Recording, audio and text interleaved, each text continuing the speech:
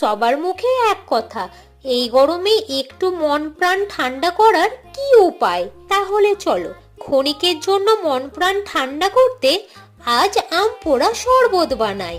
আম পোড়া শরবত বানানোর জন্য প্রথমে আমটা পুড়িয়ে নেব।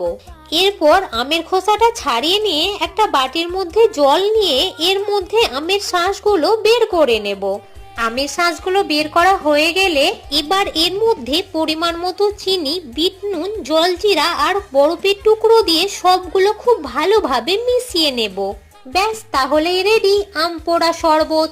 বৈশাখের দুপুর বেলায় যদি এই রকম আম পোড়া শরবত পাই তাহলে মন প্রাণ একেবারে ঠান্ডা হয়ে যায়।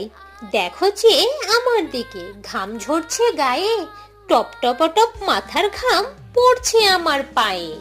আর এই রকম শরবত খেয়ে প্রাণ গেল জুড়িয়ে।